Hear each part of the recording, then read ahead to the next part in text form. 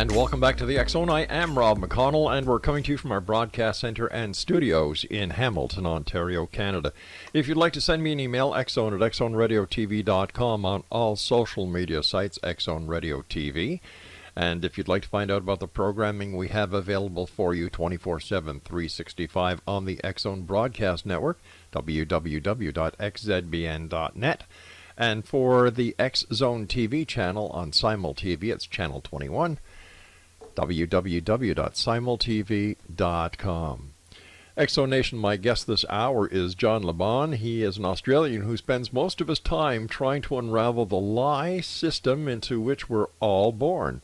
JLB is primarily known for his work on YouTube, which has attracted over 6,000 subscribers since launching in early 2015. Over the past years, JLB has developed and attempted to share a framework he describes as real skepticism, whereby even the most fundamental truths, which most people generally take for granted, are evaluated and empirical and logical basis, and no field of inquiry is considered taboo. Central to this framework is the concept of primary source research methodology, which is explained in detail on his website, which is www.johnlaban.com.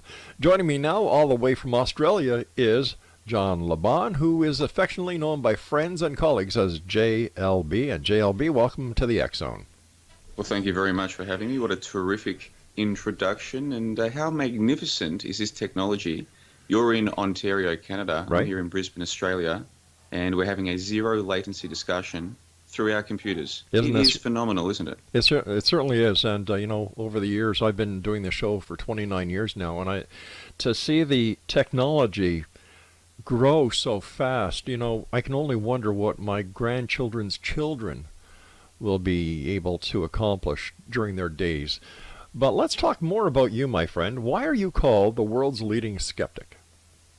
Well, that's what I call myself, and you could argue that it's a cheeky little way to promote oneself. But basically, it seems to me that the way the world is today, there's lots of things that people believe that they never really challenge. They've never even thought to challenge. Right. And so some of them are obvious. Things like, say, how did we get here? These days we're told that we got here through human evolution. That could be true. Right. We're told that the Earth used to be the home of these giant creatures called dinosaurs. That could be true. And they were wiped out by a meteor, and that could be true. And all these things that could be true. But my philosophy is, why don't we look into the evidence for these stories? Because what happens is, at school, we're generally not given the evidence. We're just given the stories. Right. So we're taught about dinosaurs. I was taught about dinosaurs in grade 2, which means I would have been 6 or 7 years old. So they're not really teaching you the scientific method at that age. They're just teaching you, well, here is a triceratops, here is a velociraptor, these kinds of things. So what I've been trying to do for the last few years is just go back and look at, well, what is the evidence? What is the official scientific evidence, the official scientific story, and how much of these things would I believe if I was told them today? And it turns out, Rob, that a lot of things I used to believe, I no longer believe, precisely because I've gone and looked at the evidence. Well, JLB, is there one specific event that made you a skeptic? No, not one specific event, but what happened a few years ago, I was just a regular person. I was about 26 or 27, just leading a very regular life here in Brisbane, working a very regular job, which I actually still do work that same job to this day, actually. And then I saw an event, or I saw an analysis of an event that had been on the news earlier that year. And there were some anomalies in this event which made me think, well, hold on, what is going on here? And then I looked further into that one, and within a short period of time, I became convinced that that particular news story was, at very best, exaggerated, at very best, but at worst, perhaps an outright fabrication. And so that led me to think, well, hold on, if I could have been misled about that event, well, what else could I be misled about? Because up until that point, I mean, everybody knows the news can embellish stories. Everyone accepts that the news is not necessarily a bastion of truth, but most of us think that the news generally will at least try to tell the truth most of the time. But I no longer am convinced that that's the case. I now see the news more like what we see in, say, George Orwell, 1984, where the news, the telescreen, its entire purpose is propaganda. I'm now more of that way of thinking than I was 5 years ago, and I still thought the TV news was relatively true. So to answer your question more directly, there was no one single event, but over time, it's almost like a domino effect. It's just one leads to the next, leads to the next, and then 4 or 5 years later, you're sitting here chatting with a gentleman from Ontario, Canada, calling yourself the world's leading skeptic. It all happened so quick. I had no idea 5 years ago what I was exactly getting myself in for. Is it possible that with the advent of the internet, by the way, I call the internet the largest septic tank that mankind has ever created because there's more crap in it than there is anything else, that due to the success of the internet and the internet stealing a lot of advertising revenue away from mainstream media, that they had to incorporate the dynamics and the methodology that the internet has been known for when it comes to the reporting of news, and that is, if it don't bleed, it don't lead. Yeah, that's a very good question. I'm not too sure. I mean, I look at the way the news has functioned, and as far as I can tell, the news has always had this, from the time that it was broadcast on radio and then on TV, it's always had this authoritative appeal to people. Yes. And I'm starting to learn that most humans, they want an authority to tell them how things are. So whether that is their religious leaders or that is their television news leaders, or more recently, people with their e-celebrities and their Kardashians, most humans seem to want somebody to look up to admire, to try and replicate, to copy, just to make them feel as though someone's got it all worked out. So with the news now, if I'm in the same room as somebody who's watching the 6 p.m. news, I'm kind of looking at that person rather than the news and studying what effect is the news having on them. And they seem to be in a state of hypnosis. And I don't know if you or your listeners have tried this, but I strongly recommend it. Next time you're in a room with people watching TV, just spend a few moments watching the people who are watching the TV. And you might notice that these people, they're not watching the news interactively. They're quite seriously just sitting there passively being told how things are. And it's almost like they're under hypnosis, is what it seems like to me. Well, I still firmly believe, and in fact there's a couple of surveys that have concluded the same thing, that not only are we still getting subliminal information on the televisions, but now we're getting subliminal information, poured at us and triggered to us on the internet. Yeah, well, there are those studies or those articles talking about how maybe websites like Facebook are kind of doing their own A/B testing. Yep. That is, they'll show one set of information or posts to one set of users, and then a different set of information or posts to a different set of users to study their reactions. Now, I don't know if that is true or not, but it seems plausible to me. And in marketing, this is literally what people do. So what will happen is, suppose your website notices that this particular user is more likely to click on articles or thumbnails for articles that look like this or sound like this. They will start to tailor those articles and those thumbnails to that user. So in other words, they learn about their user base, and then they start doing effectively their own A/B splits. That is, the more they know about you, the more they tailor their own content to you specifically to make you more likely to click. We're seeing this already. This is just part of internet. This is part of the world today, as things already are. Do you think that Google and Facebook and all its subsidiaries are getting too much power? I don't know about too much power, because originally I had this idea that, there's an idealistic way the world should be. And so I went through this phase a few years ago of almost like a conspiracy theorist sort of, they're getting too much power there. Facebook and Google are, manipulating their users, these kinds of things. These days, I've got a more circumspect opinion, because I know people who, they're fully aware of what Facebook can do. They're fully aware of Instagram and the effect that social media has on them, but they still willingly use these services. So is it necessarily a bad thing? Is the Facebook, I don't personally use Facebook, but does that mean that Facebook is a bad thing? Well, if someone uses Facebook and they feel as though it's worth keeping in their life, who am I to say, well, that's wrong? And of course, Facebook has millions, supposedly 1 billion users, something like this. If this is a two-way interaction, all the users like Facebook, and Facebook is using this information for their own purposes, I no longer say, well, that's necessarily wrong or too much power. It is what it is. I don't personally use Facebook, and I would suggest to people who've never tried to take a break from Facebook, give it a try and see if you notice a difference in your life. I think you will. But if they come back to me and they say, nope, I miss Facebook, I want to use it, Cool, why not? I mean, as long as it's making you happy. Sure, What John, difference stand does it by, make? please. We've got to take our first break. Exonation, our guest this hour is John Laban. His website is www.johnlaban.com. This is the X Zone. I am Rob McConnell. We're coming to you from our broadcast center and studios in Hamilton, Ontario, Canada. We'll both be back after this short break. Don't go away.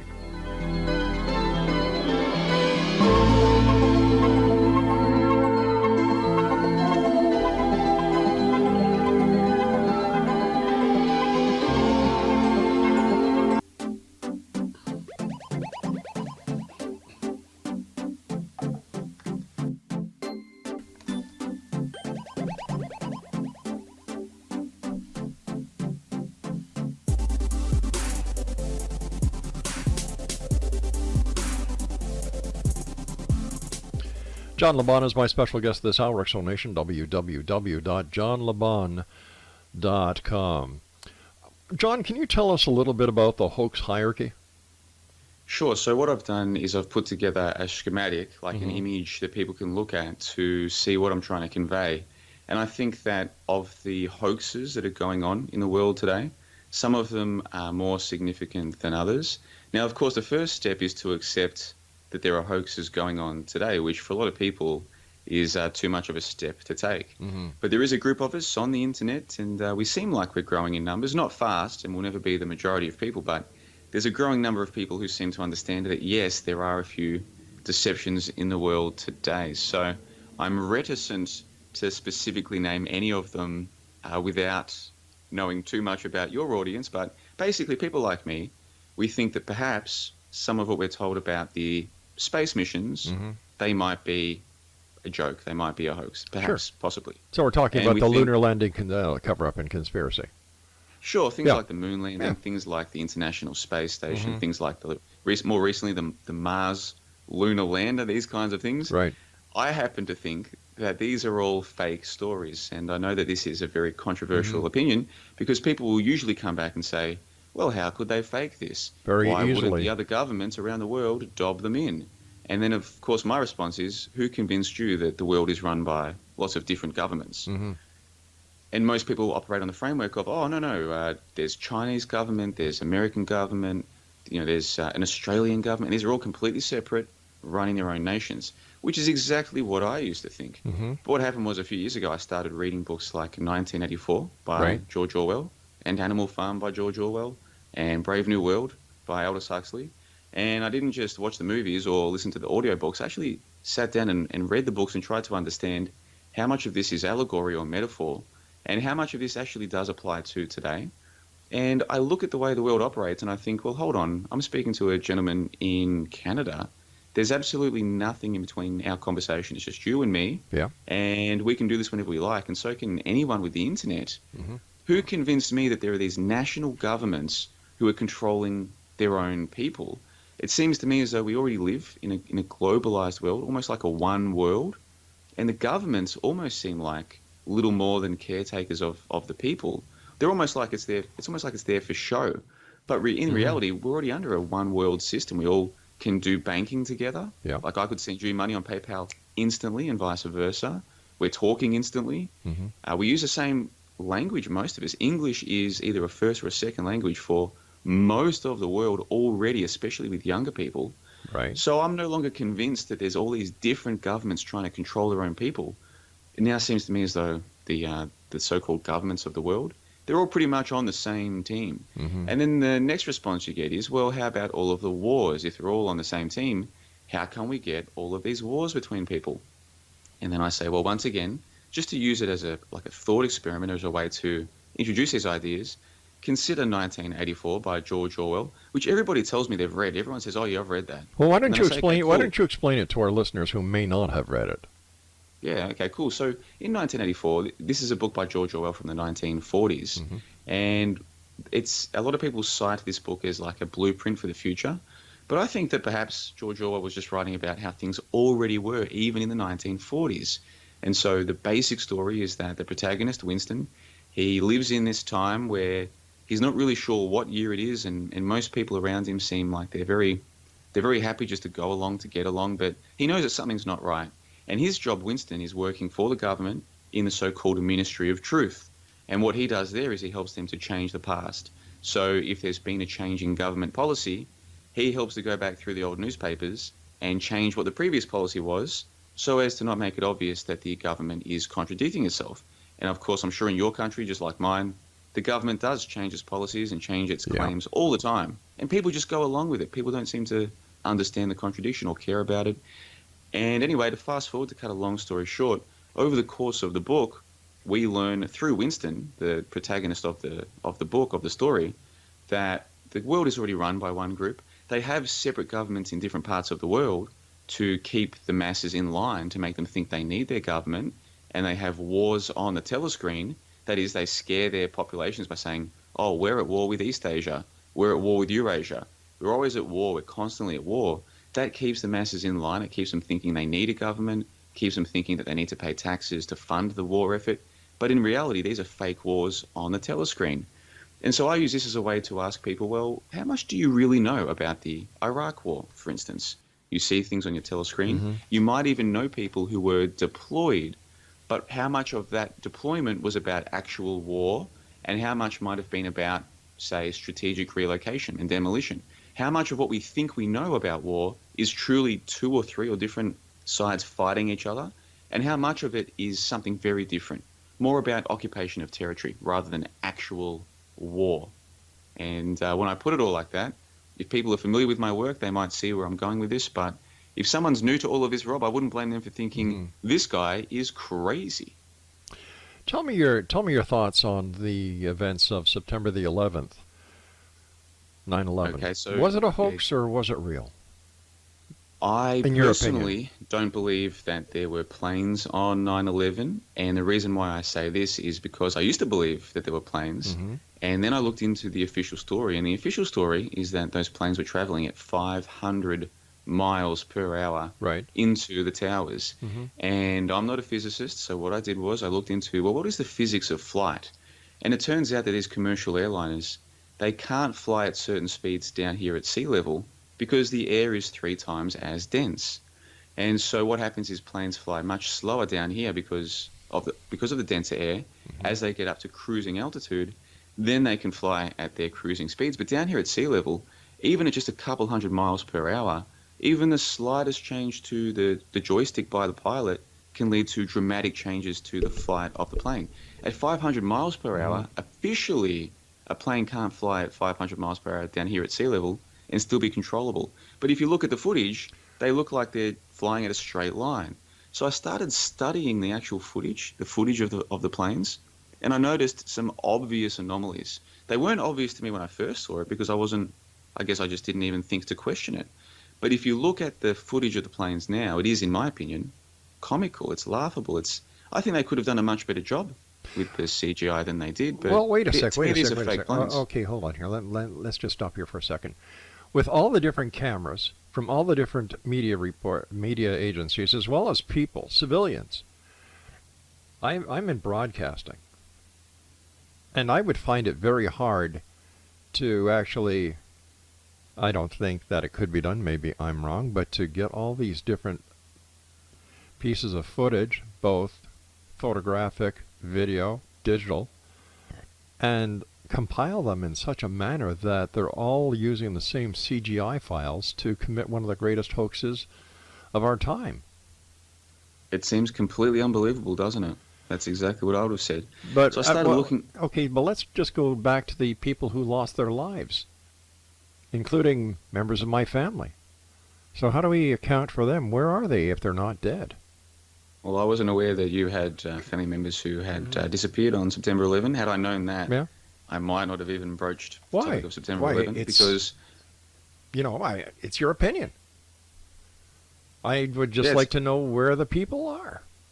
Once again, there's members of the New York Fire Department, New York Police Department, the Transport Police, the Port Authority Police, civilians who, over 3,000 of them, where are they if this was a hoax? It's an excellent question. And so this is exactly what I looked into. And first things first, I had several people trying to tell me, well, all of these people died. And so I would say, Well, what were their names? Because you can look these names up Sure. on the internet, Yep. and there are databases where people, say CNN, put together a memorial. Yeah. So you look into, well, first of all, how many of these names can we even verify? And in this day and age with the internet, it shouldn't be too difficult to track down some of these names. And time again, I've had people say to me, oh, I had people die on 9/11, people in my family or friends. Yeah. And I say, cool, what was their name? Because if people did die, let's put together the number of people who we can confirm died, because it could be an exaggerated number. Let's put together the list of people who did die on that day. And without fail, these people can never either give me a name, or when I look up the name, it's not verified by any database, any list of people on the internet.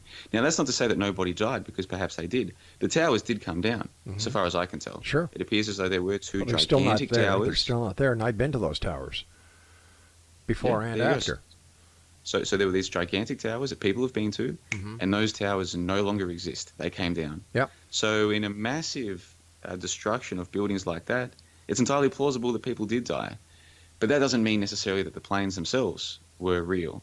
And so what people like myself suspect is that the planes themselves were faked, and the names that were given of people on those planes, those names are also fake. This is part of a much broader conspiracy, if you want to call it that, a greater deception. But that's not to say that every person who was alleged to have died that day didn't die. But I personally don't believe 3,000, not even close to that number. Have you gone to the 9/11 Center? Not yet, but you know what? In 2019, I'm coming to the United States, so long as they're going to welcome me in, which I assume they will. I've got a clean criminal record. I'll come to the United States and I'll go and check out New York, and I'll tour it for myself. And anybody who wants to come to me and tell me and testify that they know people who died on 9/11, I'll be more than happy to listen to them. I'm not All here right, to, stand by. We've got to take our news break at the bottom of the hour. Exonation, our guest this hour is John Lebon, and his website is www.johnlebon.com. We'll be back on the other side of this commercial break with the news as we continue here in the X Zone from our broadcast center and studios in Hamilton, Ontario, Canada. I'm Rob McConnell. Don't go away.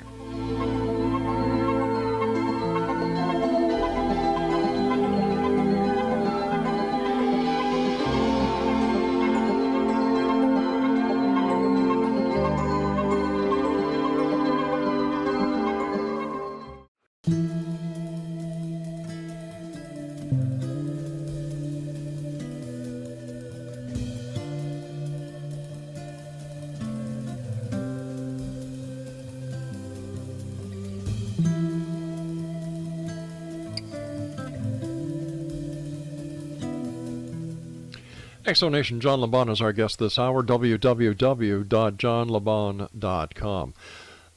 JLB, in your opinion then, if two aircraft did not take down the Twin Towers, what did and why? Yeah, that's a good question. So in terms of how they brought the towers down, that part I don't know. All I could do is speculate. But with the towers themselves, I'm not sure that they were in use the way that we've all been led to believe. I know some people who have told me, people who I trust, who tell me that they went to the, is it the Windows to the World? Yes. There was a restaurant at the top of one of these towers. Yeah. So that part, I believe, was in operation. But in between the ground level and the Windows to the World, there were, 100 levels, 110 levels, something like this. How many of those levels were actually in operation and full of office supplies and real people?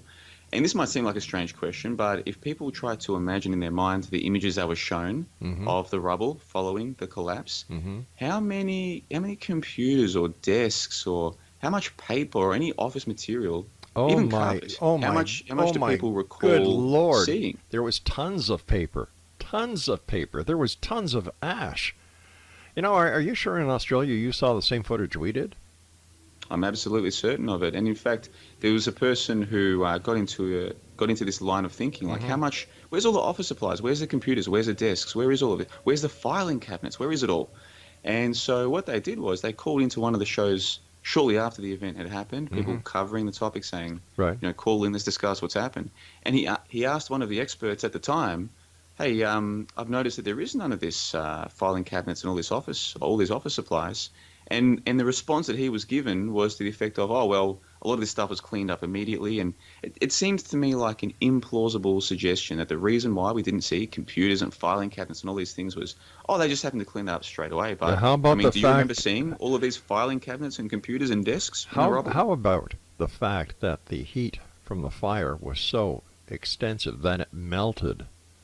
If it could melt steel, like it did on several of the girders that we've seen, it was steel. The heat was so hot. It melted steel. It could easily melt the tin that filing cabinets are made out of, or plastic that computers are made of. I like, come on, that's a little bit far-fetched. I would have thought so too, but if that's the case, if the fire's going to melt all of the metal of filing cabinets and so forth, how come it didn't melt the passports of the guys who supposedly flew the planes? I don't know. I don't Neither know. do I. But you see, so these are the questions that I ask. Like, to me, this is a line of inquiry that's worth pursuing. Have you asked experts?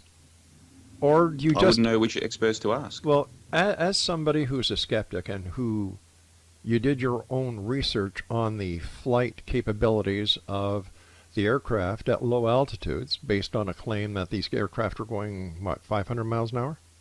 That's the official story. Okay. Yep. So did you ask anybody who was an avionics expert if it was possible? Number one. Number two, did you ask anybody that very same question about the stationary? Did you ask anybody about the passports? Like, well, again, I wouldn't know who to ask. Well, as somebody who is making claims of a significant nature, don't you think you owe it to the people who actually listen to you to look at both sides of the story instead of presenting a slanted story, which, like you were at the beginning of the hour, you were telling me that the media doesn't do their job, basically. And yet you're doing the exact same thing that you criticize the media for doing. Well, it wasn't so much that I was saying the media doesn't do their job. I think the media does do their job. I just think their job is different to what I used to believe their job is.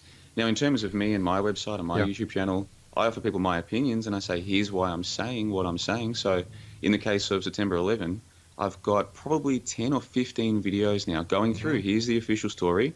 Here's what they claim. Here's the part of the official story that I don't agree with. Here's why. Here's the photo footage. Here's the video footage. Here's one of the eyewitnesses who claims to have seen something happen. Do you see the discrepancy in his story? And so on and so forth. But all I'm presenting people is my opinion. And so if I present all of this to someone and they say they disagree, I say that's perfectly fine. It's not my job to convince people. But how can you disagree without actually doing any hardcore research?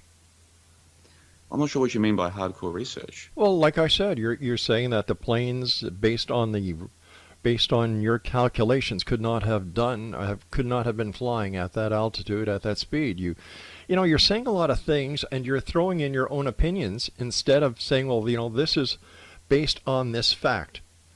This is what the official story is. But based on this fact, as testified to by A, B, C, D, these are experts in this field. This is the truth, or this is how I formulate my opinion. Yeah, so again, I'm not saying to people, this is the truth, this is my opinion. And so, for instance, with the 500-mile-an-hour planes, I'm telling you that is the official story of the event that the planes are flying at. It might have even been closer to 550 miles per hour, but let's round it down and be generous. They're saying 500 miles per hour. But once again, you did not verify this. You did not contact anyone who was a pilot or an airline company or the manufacturer of an aircraft to see if this is possible. Right? No, I haven't spoken to any pilots directly, no. Well, have you? I'm not disputing the fact that the towers went down. Not only did I lose family in there, but I'm an ex-police officer. So when I hear of fallen officers that, beyond a shadow of a doubt, died in the line of duty, and I have somebody coming on the show telling me it was a hoax, that it never really happened, I get to tend to say, well, wait a minute, where do you get your information from? Have you verified the information? Okay, so again, we agree that the towers came down. That part's not in contention. Definitely. And then in terms of the planes, I'm telling you the official story is they flew at 500 miles an hour. That's not my opinion. That's the official story. Well, did you check it with anybody to see if that was possible? And as I said, I haven't spoken to a pilot. Now, if someone comes to me and they say, oh, I'm a pilot, and we can fly it at those planes at sea level at 500 miles an hour in straight lines into buildings, I say, okay, cool, tell me more. I would love to get a pilot come and tell me these stories. Well, why don't you go and find one? Either. Why don't you go and find one? And how would I go about doing that? Oh, come on. Hanging out at the lobby of I'm not going to tell you how to do your and job. saying, hey, mate, can I just doorstop you and ask you your opinion on this? All you need to do is call up the manufacturer, Boeing, and say, listen, I'm doing research on the 9/11 project. It says in the official commissioned report, this.